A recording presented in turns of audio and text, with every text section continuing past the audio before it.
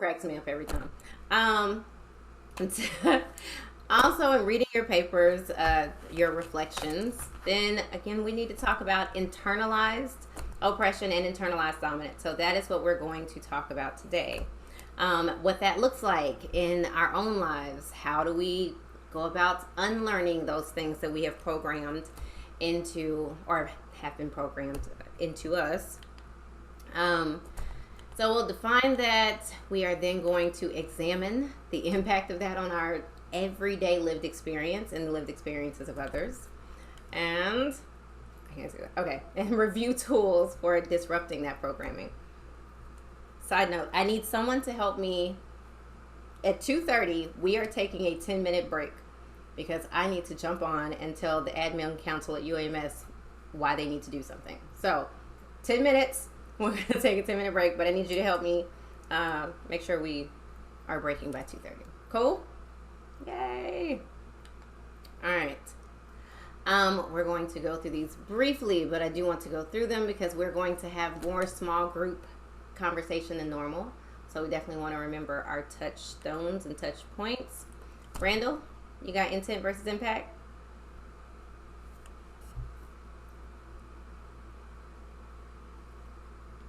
You're on mute. Can you hear me now? Yep. So intent does not always equal impact. I feel like don't always assume. I guess it's like what you say may not always come across as what you're. Somebody might take what you say different than what you're trying to put out there. I can dig it. You may mean something as benign as Bruce Banner and it lands on someone like the Hulk. In this space, we're going to allow for grace. We're going to be mindful that we are all here to learn, that we're not going to get it all right, and that sometimes we may actually need to sit with what was said. Ophelia, you got I statements for me? Yeah, don't talk for a whole group of people, talk for yourself. High five. We are all multidimensional beings. There is no need to speak for whole groups or populations. When we share, you're welcome to share your lived experience. You can take your backgrounds off for now. We'll grab that picture at the end. Haley, can you take space, make space?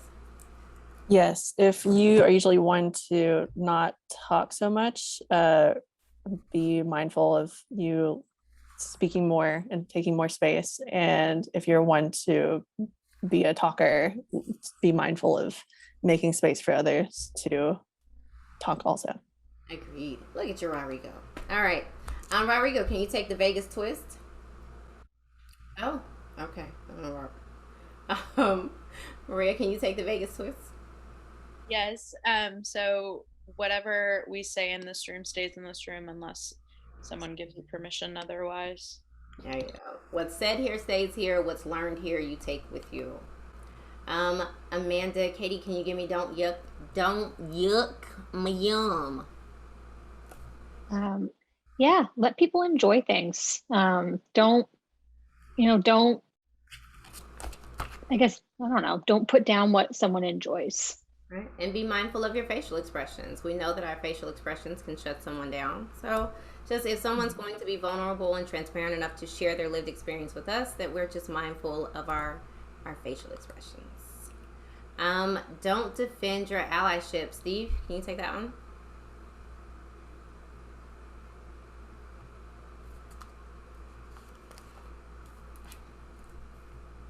I can't hear you, Steve.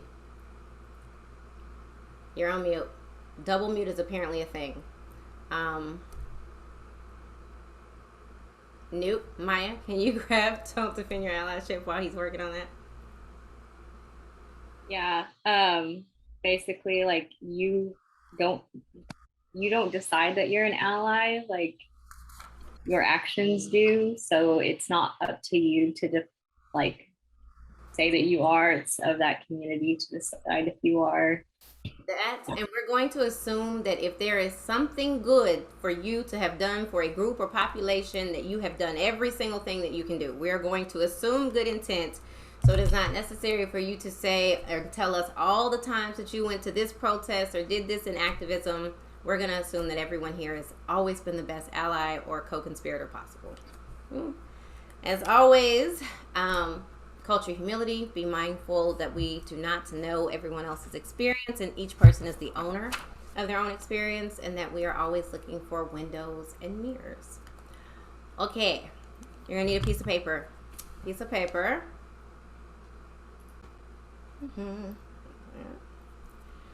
I'm going to read something to you. Today is going to be all about identifying our internalized oppression or internalized dominance, and it may vary based on the identity that we're talking about, right? I may have dominance in some areas, like when I think about nationalism. I was born here in America, so I don't think about that. Or when it comes to language, right? But as far as my internalized oppression, as it relates to, my racial identity or ethnicity, right? So you're gonna get a piece of paper out. I'm going to read a piece to you, written by Jamaica Kincaid. Written by Jamaica Kincaid about her gender and the messaging that was given to her. All right. Can everybody hear me? All right. Wash white clothes on Monday and put them on the stone heap. Wash the color clothes on Tuesday and put them on the clotheslines to dry. Don't talk bareheaded in the hot sun. Cook pumpkin fritters in very hot sweet oil. Soak your little cloths right after you take them off. When buying cotton, make sure to make yourself a nice blouse. Be sure that it doesn't have gum in it, because it'll take away because that way it won't hold up well after wash. Soak salt fish overnight before you cook. Is it true that you sing Benna on Sunday school? Always eat your food in such a way that it won't turn someone else's stomach. On Sundays, try to walk like a lady and not like the slut you're so bent on becoming. Don't sing Benna in Sunday school. You mustn't speak to Warruff boys, not even to give directions. Don't eat fruits on the street. Flies will follow you. But don't sing Benna on Sundays at all, and never in Sunday school. This is how to sew on a button. This is how to make a buttonhole for the button you have just sewn on. This is how to hem a dress when you see the hem coming down, and so to prevent yourself from looking like a slut that you are so bent on becoming. This is how to iron your father's khaki shirt so that it doesn't have a crease. This is how you iron your father's khaki pants so that they don't have a crease. This is how you grow okra, far from the house, because okra trees harbor red ants, and when you are growing dashin, make sure it gets plenty of water, or else it'll make your throat itch when you're eating it. This is how you sweep a corner. This is how you sweep a whole house. This is how you sweep a yard. This is how you smile to someone you don't like much. This is how you smile to someone you don't like at all. This is how you smile to someone you like completely. This is how you set a table for tea. This is how you set a table for dinner. This is how you set a table for dinner with an important guest. This is how you set a table for lunch. This is how you set a table for breakfast. This is how you behave in the presence of men who don't know you very well. And this way they won't recognize immediately the slut I have warned you against becoming. Be sure to wash every day, even if it's with your own spit. Don't squat down to play marbles. You are not a boy. Don't pick people's flowers. You might catch something. Don't throw stones at blackbirds, because it might not be a blackbird at all. This is how you make bread pudding. This is how you make dokona. This is how you make pepper pots. This is how you make good medicine for a cold. This is how you make good medicine to throw away a child before it even becomes a child. This is how to catch a fish. This is how to throw a fish back if you don't like it. And that way something bad won't fall on you. This is how to bully a man. This is how a man bullies you. This is how to love a man. And if this doesn't work, there are other ways. Sorry. And if they don't work, don't feel too bad about giving up. This is how to spit in the air if you feel like it. And this is how to move quick so it doesn't fall on you. This is how to make ends meet. Always squeeze bread to make sure it's fresh. But what if the baker won't let me feel the bread? You mean to say after all, you're really going to be the kind of woman who a baker won't let near the bread. Right. She wrote this June 26, 1978. I am giving you approximately 3 minutes to write down the messaging that was given to you about your gender as you were growing up. What was told to you about your gender.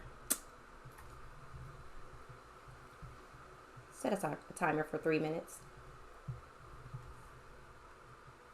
This is some heavy stuff at the beginning of class.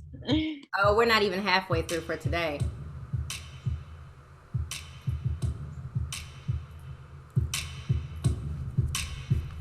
I've never seen a dog. Yeah. Am I sharing again? Okay. I'm not sharing. Yes. You can see my screen? Okay, Tina, don't confuse me. All right, so y'all know these circles, and the Wheel of Oppression is like just the worst game show ever. It's life's worst game show, the Wheel of Oppression.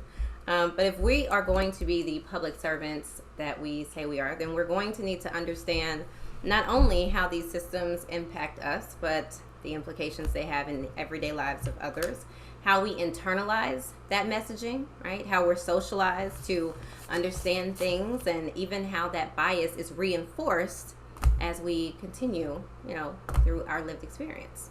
And like, for instance, if we see there are, of course, more than one type of oppression, but when we talk about ideological oppression, which I did send, like I said, handouts. This deals with like the internalization of, right? The idea that one group is better than another for whatever reason that this group may be better. Maybe they get, and those that gives one group, if you will, access to more information and resources, and just a better quality of life, and oppresses the group that is not in said privileged system. Institutional oppression. These are policies, practices, and legislation. This is how, when we look at our Wheel of Oppression, we know that for the most part, our country, it's pretty patriarchal, right? And can be pretty sexist. And therefore, in Texas right now, there are a bunch of people without uteruses telling people with uteruses what they can do with their uteruses. That is most certainly a form of oppression, right? And it is institutional because it is being backed up by legislation. When you think about just the ideal, just if you were to close your eyes and you say, oh, she's dressed very professional. What does that look like? What does that look like for you, Rodrigo? You say, oh, she has on a really professional looking outfit. I think you're just like judging based on appearance. I think there's like a general view of a professional dress code, but necessarily it doesn't have to be a certain way. Does she have on her pink frilly dress that kind of looks like it has tulle under it, and then you go, oh, that's so professional? Does that often happen? Nope. No, right? Maybe you imagine like a pantsuit or something that what we're taught. Hair pulled back, right? Like she's professional, as though her IQ somehow changes with her, right? With her outfit. Yeah. Institutional oppression is exactly what that is going to look like. The ideals and policies that are in place. For instance, in school, Ariana and I would have both had that 3-inch rule for the skirt, but it is possible with the junk that I have that my 3 inches would have looked different than her 3 inches, right? So I would be subject to more scrutiny because maybe I haven't. Ariana, you may have junk. I'm just saying that my hips and my backside made my dress look shorter, even though it may have been the exact same dress. So me getting pulled in more or having to change clothes more when we have on the same outfits, and my 3 inches, it's 3 inches in the front, it's not 3 inches in the back. And the policies that are in place because of that. And then the interpersonal oppression. Well, this is after we have internalized those things. This is when the people in the most dominant group have internalized, or not in the most dominant group, have internalized the negative messages about other groups or populations, right? They call that internalized dominance. So this is going to show up if we were looking at the wheel of oppression. Where you are dominant, you may be dominant when it comes to some identities, right? And then find yourself on the wheel of oppression as it relates to other identities. So internalized dominance is also in the glossary that I sent out at the beginning of class. Privileged people involuntarily accept stereotypes and falsely assume that about oppressed groups made in dominant culture. Just the other day, I was speaking with an individual who brought up affirmative action, right? And that affirmative action seems like it is set up to make minorities fail because they hire unqualified people. Now, one, that is the fault of management, period, to hire anyone who is unqualified. That has absolutely nothing to do with the affirmative action law in and of itself. Affirmative action simply said that while you are hiring, we need you to make sure that your applicant pool is diverse, and that if the people that you are reviewing, right, are also diverse, that you diversify the pool, that you actually interview your diverse pool. But very often we say, oh, they got this job because they are, and then we choose whatever ethnicity it is that the reason they got this job. One, we begin to question the qualifications, but typically only of our BIPOC individuals, our Black, Indigenous, or people of color. Do we genuinely think that every white man ever hired was qualified for his position? Did you question their hiring when they got, oh, he got hired because he is a unqualified white male? Did you question that? No, but that internalized dominance as it relates to, or internalized oppression, makes us question things like that when it comes to our BIPOC community. The everyday impact of this is going to be that intrapersonal communication, how things are said to individuals, and this is not just racial dominance, this is wherever you fall, all right? One second. As it relates to classism, it may sound like they're just taking money from the government, right? During 2020, there was lots of conversation about people staying home, and they were like, people just want to stay home because they make more money staying home and they just lazy. First of all, who doesn't want to stay home and make more money? I'm just going to throw that out there, first of all. Second of all, should we be upset with these individuals, or should we be upset with a system that could allow someone to work 40 hours a week and still make more in unemployment than they do actually working their 40 hours a week? Sounds like there's a problem with the system and not the individuals. They just need to work harder. This is America. Anyone can make it in America. If we are thinking about internalized dominance from the lens of sexism, then it sounds like you throw like a girl. The girls are pretty dope. Why wouldn't I want to throw like a girl? Or that's a man's job. Shouldn't you be doing something else? A man's job. That tickles me. Policies and practices. This is, like I said, when we're looking at Texas and we have men and or women who are upholding, if you will, sexism and patriarchy by deciding that we can tell individuals what to do with their bodies. On one end, we have a fight in this country that masks our human rights and that people should get to decide what they do with their bodies, whether they're going to put a mask on or not. And then in the same news cycle, we have individuals deciding what other people can do with their bodies as though autonomy is not as important, right? And who is going to be able to do that? It's going to be based on power, privilege, and oppression. Reinforce stereotypes.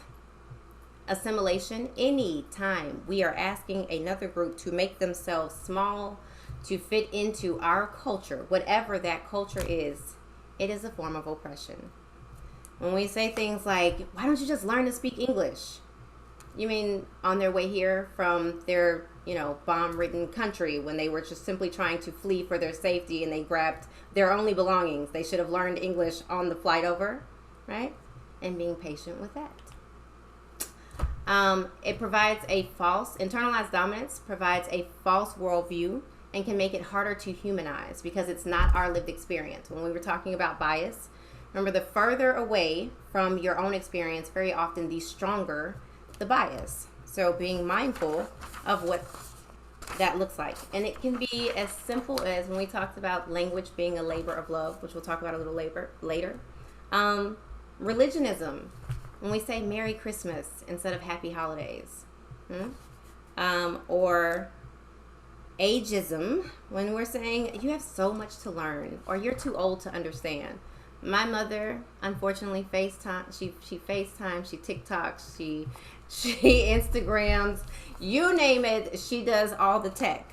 So being mindful of even my wording when it just comes to her, or the things that we say in society. For those people in the LGBTQ plus community, for those, someone saying, oh, I'm not going to that event is gay, but not using gay as it relates to sexuality is oppressive language. Internalized oppression. This is when the messaging and the socialization of the oppression has played a part so much in your everyday lived experience that you begin to believe the same messaging. I often talk about my faux locks. I love my faux locks, right? Because it's like I get to wear locks without the commitment. Now, the night before I was going to go to campus for the first time with my faux locks, I had a whole meltdown in my floor. I was freaking out because I was like, I cannot believe I got this hairstyle. I can't train physicians and our health professionals with this hair. Why? This hair means something to me. It's very spiritual as it relates to my culture and my identity. But because it was outside of the norm, I was afraid of how I would be viewed, that my locks would be viewed as unprofessional. When you think about the Crown Act, which is legislation that was passed in California simply so individuals can wear their hair the way it grows out of their head. Internalized oppression also plays a part when we think about the model minority. I think in the last class we may have mentioned Amy Cooper. Amy Cooper was the young lady I think she was in New York, who called the police on the black male who was bird watching, right? And everything was about how she called the police on this Ivy League, graduate. But if she called the police and weaponized her whiteness on Pookie or Ray Ray with his pants halfway down, she would still be wrong, right? So her internalized dominance is what allowed her to weaponize her whiteness. But individuals who identified the same as the black male, black, indigenous, or people of color, who were like, she called the police on a good one, that would be their internalized racism or internalized oppression. Because what is wrong, and it doesn't matter where he went to school. In our everyday lives, what does that look like? It's going to be that interpersonal communication. Excuse me. It can affect mental illness such as depression and anxiety, often called imposter syndrome. But it's more so individuals encounter spaces that are unwelcoming. And instead of questioning the abilities of the other individuals at the table, they question themselves because the messaging said that they don't deserve to be at this table because of said identity. Lower self-esteem or self-efficacy. So very often there's a conversation about getting black, indigenous, people of color, and low socioeconomic students interested in STEM, right? Like there's so much effort that has to be done to get them interested in STEM because those poor little kids and those poor minority children don't really understand STEM, and we've got to focus really hard to make sure they do. Not that they don't have access to the same after school programs, that the school isn't being funded the same as their white counterparts, right? Or their elite counterparts. It is that they are unable to comprehend the material. Well, seeing as how we've built an award-winning K through 8th grade, STEM program, I can promise you that finding students and getting them excited about STEM is not a hard thing to do. It is not only not a hard thing to do, it is a fun thing to do. And as long as you're able to make culturally relevant and culturally proficient curriculums, or students are able to see themselves represented, they really dig in. I mean, really, really dig in. So, the idea of beauty or attractiveness, for, let's see, a large population of non-European women, approximately 77% in Nigeria, 59% in Togo, 50% in the Philippines, 45% in Hong Kong, 41% in Malaysia, 28% in Taiwan, Korea, use skin whitening products. Colorism is an issue, and typically the closer you are to lighter skin or white skin, then the more beautiful. So several countries in South Asia and Northern Africa use skin whitening cream very, very often, even though it is hazardous and harmful, right? Because it affects everything from being able to get jobs, get married, and even the rate of promotion here in America. We also talked about criminality, right? And the hue of skin that we often ascribe to criminality, and even the longer sentences that happen for individuals who are darker. That's it. Another thing that happens or is the result or impact of the internalized oppression is the assaults with the microaggressions. So, I have a story that I was going to read to you. Does anybody have any questions so far about anything that we have discussed before we take our 10-minute break in 9 minutes? You can take yourself off of mute or put them in chat. I don't know.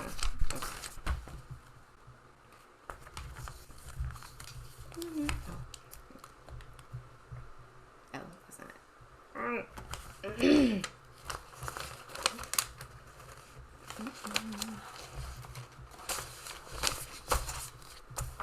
So,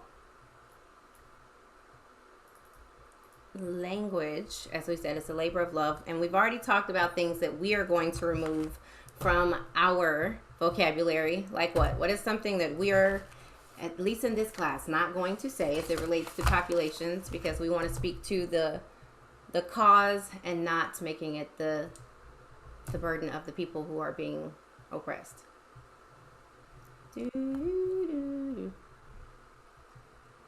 Saying historically underserved instead of like underprivileged. You know, historically excluded, historically underserved. That is very, very true. We are just going to take a look at what some of the oppressed or internalized dominant statements look like in our everyday life based on different types of oppression. So sexism, it said you throw like a girl, or do you need help lifting that? It looks heavy. I don't even have a comment for that. And even just the messaging that we talked about receiving when we were doing our gender pieces. When it comes to race, wow, you are so articulate. And again, we're thinking intent versus impact. What is actually being said here? You are so articulate. Essentially, you're saying, you know what? I really did not expect someone that identifies like you to be able to string words together the way you do. It's fascinating, right? My kids would have a much easier time getting into college if they were minorities. So this is where we have to, when we're talking about debiasing ourselves, question what we've been taught, question the narratives that we've been fed. Now, if we acknowledge that it is harder to be promoted if you are Black, Indigenous, and person of color. Especially when we're looking at intersectionality, whether that means that you are disabled, or your gender, or maybe your sexual identity or your gender identity. And then on top of that, we look at it through the prism of race. Then it doesn't seem as though things come easier, but the narratives that we have been fed for such a long time is that people are getting these roles simply because of their identity as a racial minority or ethnic minority. But is that not true as it relates to power and privilege? I'm sure I can name 5 friends who are in a position right now, doesn't have to be because of their racial identity, or in a position right now because of someone they knew, right? They may not have also been qualified, but are we questioning whether they too were qualified, or only when we are seeing our colleagues or community members of color? We talked about why we're not colorblind, right? Because if you are not blind and you are not colorblind, then you see all this Hershey up here, okay? If you see it, then if you're going to help me dismantle systems of oppression, you can't dismantle something you're not willing to see. And when I was in high school and I was in our AP classes and competitive acting and in the band, my non-Black friends would tell me all the time, you're not like other Black people. But I am. That's not a compliment. It's not a compliment at all. I have lots of friends, or lots of people who look just like me. My friends who also like Nickelback and Dancing in the Rain. I am not like, I'm not different than all of the other Black people that you know. You've simply gotten to know me better, and thus, we've removed some of these barriers to communication and understanding one another. Wow. Okay, classism. They're just taking, we talked about just taking the government's money. When it comes to the LGBT community, if you wouldn't ask your grandmother, then you don't ask. That is as simple as that. If you would not ask your grandmother about her genitalia, you don't ask someone else about their genitalia. Okay? Are you getting the surgery? What difference does that make to your everyday life? Right?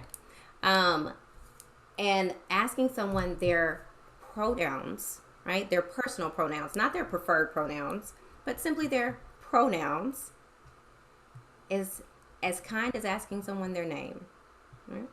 So that we don't misgender individuals.